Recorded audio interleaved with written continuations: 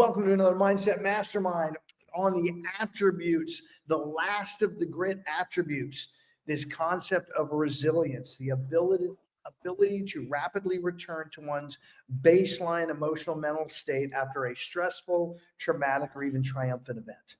And it's interesting because I got a little bit of flex on this resilience piece and can't wait to hear what you guys have on it. So, who wants to speak up first on today's content? How in the world can a tragedy be a benefit?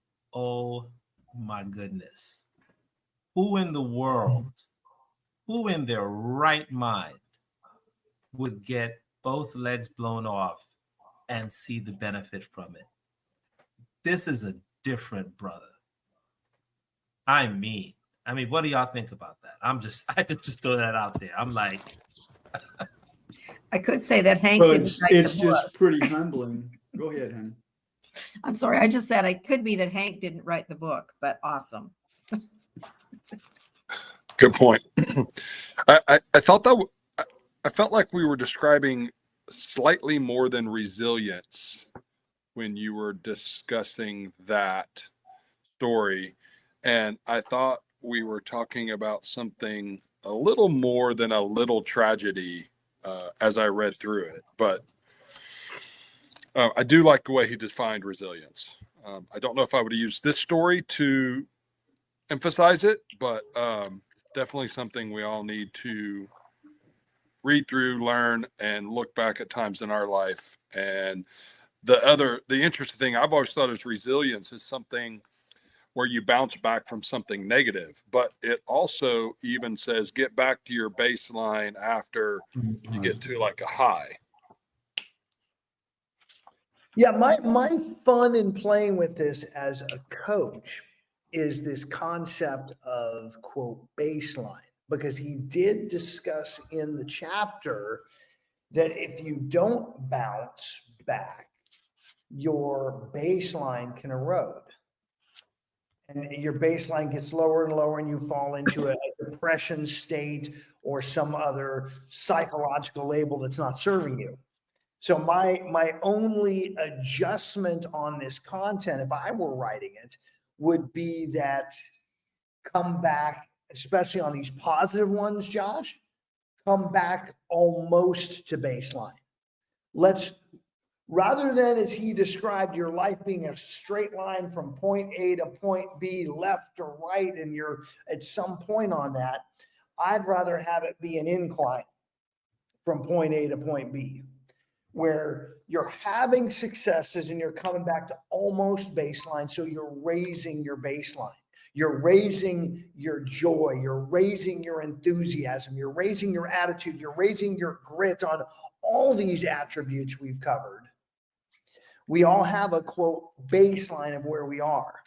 And if it's not serving you, I just want you to consider making it a focus and increasing that baseline. Is that making sense, Ryan? I see your mic's on. The thing that comes through my mind is, if you continue to raise your baseline, do you cause arrogance? Like, well, that's something he taught. Yeah, he talked about. You know, like that's arrogance almost, you know? Well, here's the intriguing part, and let's hit his arrogance part on that. So, because he talked about specifically, consider who someone who just received a major promotion, an obvious cause to celebrate that spikes that internal, quote, thermostat 15 degrees. If the person, after acknowledging the success, can't return to his set point, he risks a dangerously skewed view of himself and his circumstances. Like you say, will he be overconfident, unable to understand the realities of his new position? Will he become lazy, self-assured, resting on his laurels? These are all the seeds of arrogance, and arrogance almost always leads to complacency. So I think what he's describing in here is having that 15-point bump as the example, and then staying there, which could lead to arrogance. I'm saying have the 15-point bump, and then let's come back 14. Let's give ourselves a little grace and a little improvement, because what I see in many people, including in this room, is when they have successes, they return to their baseline, which isn't serving them. Yeah, I did well that time, but this is who I really am. And I intend for you guys to realize you are wonderful, fabulous beings of light who are extremely confident and not crossing over into arrogance. And that's a fine line as someone who has been on that arrogant side in a previous life. Man, I know what it looks like when you cross it. And I'm not seeing any of that in this room. Client, I see you're up. I want to think about this as I was listening to. Good morning, by the way, everyone. Just in regards to what you were saying, I think the best way for me to think about it is as stair steps, upward going stair steps. The stair goes up, it has a stabilized landing, it goes up again, it stabilizes, it goes up again, and it stabilizes. And when you stand on that step, it's a foundation point, because now that new baseline gives you memory in terms of, okay, I have done this. I'm now standing on a new step. I'm stabilized. I'm not dropping off a cliff. I stabilize. But that does not account for what you're saying, which is to kind of swing down a little bit and not go to exactly where you were. Well, maybe it does account for that. Maybe not go down to exactly where you were, but just be up a little bit. That sounds like growth to me. Exactly. That is my goal as a coach, as your guys' coach, is I want you to have those moments of glory. I'll use an example in our real estate world, though. Having a 6-figure day. You know, many of you are looking for a 6-figure year, and then we'll speed it up to a 6-figure month, and then a 6-figure week. And many of you on this journey of real estate will have a 6-figure day. And to acknowledge that success, and that was huge, and that was wonderful, and then not behave like a 6-figure a day guy going forward at that moment. Because it will be a huge level of energy and enthusiasm, and look at me, and this is awesome, which is great. And then we need to bring it back down, not quite to where our baseline is. That's what I'm looking for, you guys. And I hope that makes sense. Who else has something to add to this? There's so much in this chapter.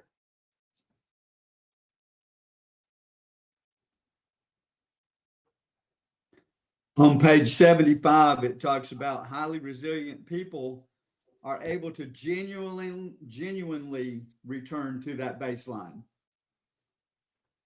That is a trained response to, that's a practice response. That is something that you really have to drill into yourself. They're able to heal the damage or process the change that those spikes and trenches represent. I'm going to be fine. Time to get to work is the term that it used. Quickly and efficiently, they can do this in a measure of where they fall on the resistance gradient. I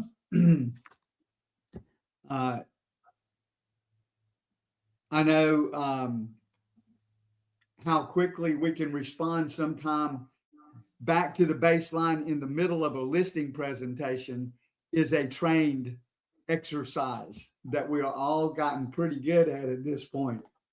The same thing is true with a lot of other things in life. So I think being aware of this, just being aware of this is a huge advantage. So thanks. This is really helpful. It has absolutely been a fun chapter. So let's go to this. Things happen, tragedies happen. For some of you, it seems like a really big thing in the moment. One of the most amazing ones that is happening right now in the last 90 days are transactions imploding, deals falling apart.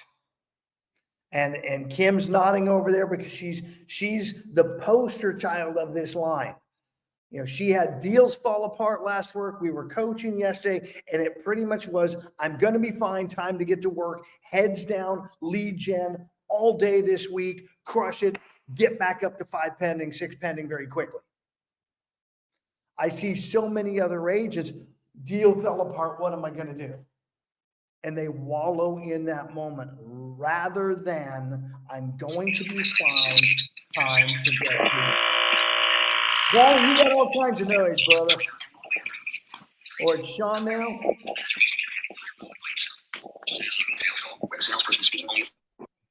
Well, all right. I think I've got them turned off here. Who else has something to say?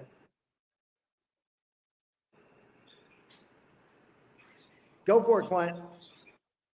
Does our life fall apart or does our life fall together? I'm just responding to what Kim said. My life is falling apart and together simultaneously. Both can be true because different things can fall apart away from what you no longer have use for simultaneously while other things are falling together. I know for me, just in regards to how I've lived my life for so many years, me consistently meeting with a group of people to talk about me, this is a new thing. It happens because I realized I had something was falling apart and I had a need. So guess what happened? This fell together. So Kim, yeah, they both can be true. Especially when you're growing, because many times when you're growing, you've got to get rid of some things in your life. Things are going to be changing. And that growth is going to cause you to shift away from activities, from people, from behaviors, from beliefs. As you continue to grow, your life's evolving, which means stuff's going away and amazing things are happening. We can always use the example of the caterpillar and those changes. Dorothy, I'm coming to you. Then Ryan, you're next. I'm on. Yes, ma'am. I just realized when client said that, and when out of this whole conversation, that the landmine is a metaphor. We have all had occasions when it all fell apart. I've certainly had practice in that area. And I think, why do I keep going? And I think, well, you're crazy. That helps. And the other thing is practice. A lot of agents have exited, what is it, 87% or something? And not me. I look around for another way to put it together. And I say, what's wrong with you? And I say, nothing, shut up. I don't have time to listen to that. And then I realize I've had a lot of practice with landmines. And I just, they're back there. And now I know how to deal with that. We move on because we all have limited time on the planet. And let's make the best of it. It's kind of like a habit. And it's really good to keep going over this with you, with others, to be reminded. Absolutely. That's what we're doing in this room for each other all the time, reminding each other of just how amazing each and every one of us is, reminding us of the things that we get to get better at. And maybe, just maybe, reminding in the moment when things aren't going right that you've got a family to support you. A couple of people that I have let know about this that have been here before, and they're in this downward spiral, and they're not plugging in and leaning into what we have going here. Ryan, you had more to add, and I saw you were typing away. And then Daryl, I'm coming to you. It's over my my shoulder here. I have a framed copy of "If" by Rudyard Kipling, and the first stanza of it talks a lot about resiliency, of keeping your head while others are basically running their mouth about you, and being able to don't give away your being, and that sense of resiliency. It really came to mind when I'm that poem "If" by Rudyard Kipling. So like it just resonates inside of me right now that what we're going through right now in terms of our community as a whole in real estate, you have to have that level of resilience to be able to make it through. Most, is it 85% wash out in the first 2 years? So, you know, it's an art form to be resilient in what we do. And that, in any business besides just, if you were self-employed or have your own LLC or S corporation of some sort, you have to have that mental toughness and resiliency to be able to make it through the trenches and still not be caught up in your own arrogance in the high points as well. Well, and that ties into something amazing, Ryan, that I'm witnessing and experiencing, that people who have low resilience are leaving the industry. They're going out, okay, well, then it's not going to be real estate. It's going to be title. It's going to be lending. It's going to be financial services. It's going to be something else rather than staying in. And for those that are resilient, staying in, what you're really doing is gaining market share. That's what's happening in this moment. Those of you that are playing all in, that you're doing the work, you are gaining market share. So by all means, keep leaning into it. Daryl, you're next. Josh, you're on deck. All right. So really, Coach, one of my biggest takeaways from this chapter was really we're all going to step on those metaphorical landmines, right? We're all going to have tough days. We're going to have deals fall through. We're going to wake up and our truck's going to be dead like mine was yesterday. Like, stuff's going to happen, right? But what we have the choice of is, what do we have control over? And that was really my big takeaway, is focusing on the things that we do have control over. Like, we can't control what the rates are. We can't control what the market is doing. But what we can do is we can make sure that we're getting our touches every day. We can make sure that we're showing up to mindset meeting. I can choose to have a positive attitude about what's going on around me. And keeping that mindset and staying focused on what I have control over, those are the things that are going to help me be resilient and get through the metaphorical landmine that I stepped on, or that one of my teammates stepped on, or what have you. So that's my commitment, is to focus on the controllables and work around what I can't control.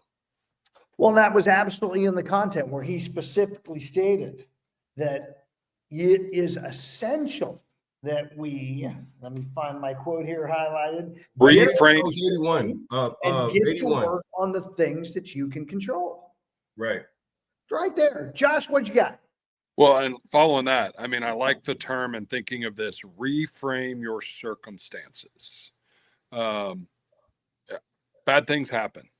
And the second that you're able to reframe your own circumstances and really get that down, and maybe even to a comical degree, like he mentions, yeah, I've never weighed 165 pounds. Look at all the positives here. Then when you're called on to help reframe someone else's circumstances, that's when you can really make a difference. Because we're talking about how tough it was for him to go through all this.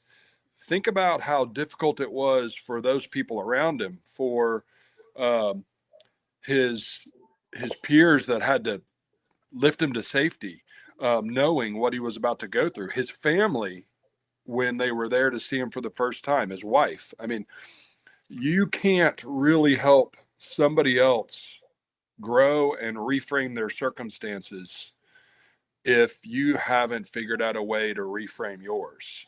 And I went back and looked at the appendix, because he mentions it and he talks about that whole up and down. And I think I do like your take a little bit better.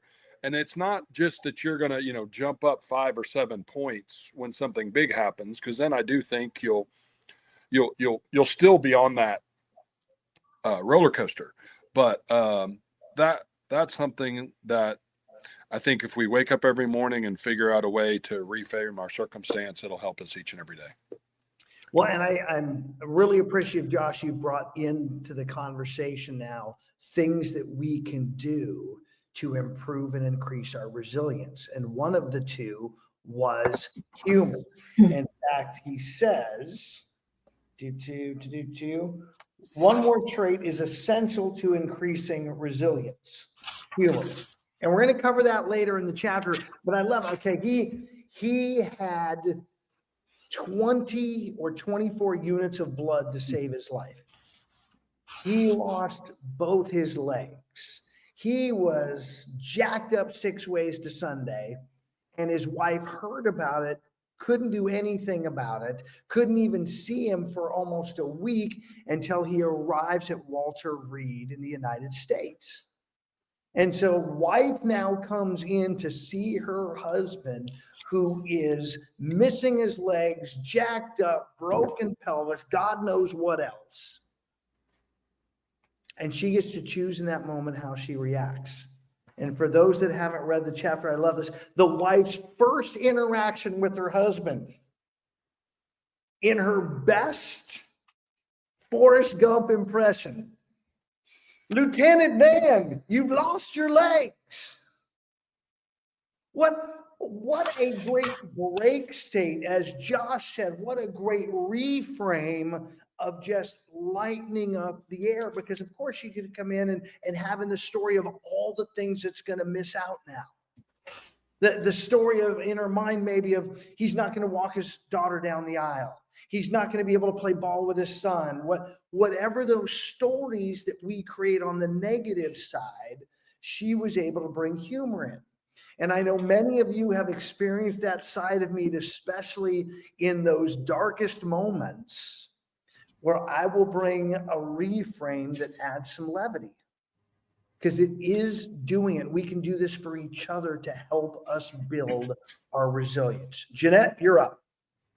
I'm appreciating, excuse me, I'm appreciating each of us had a place where we can go back in to see how we grew up, even in comparison to where this is. And we can recognize where we got started and make new choices that can totally change from this day forward. We don't have to keep responding to old programming with our old responses. Just reading something like this gives us a place. It takes away the excuse, and sometimes the unknown excuse, the unrealized excuse that, well, that's the way I was raised. And it also brings to mind, oh, well, this is how I was raised, but I can be this now because this is a choice. So there's a reframe of our life. And today is completely a new day. And thank you for the books, because this chapter touches every one of us in a pretty spectacular way. We are who we choose to be in the middle of what we grew up with. Well, and you're making a great piece on this, on we have what we have from what we grow up with, and then we get to choose what we do with that from any point in time, including right now. Because he says on page 78, resilience is something that happens before a tragedy, not after. It's also an attribute that improves with practice.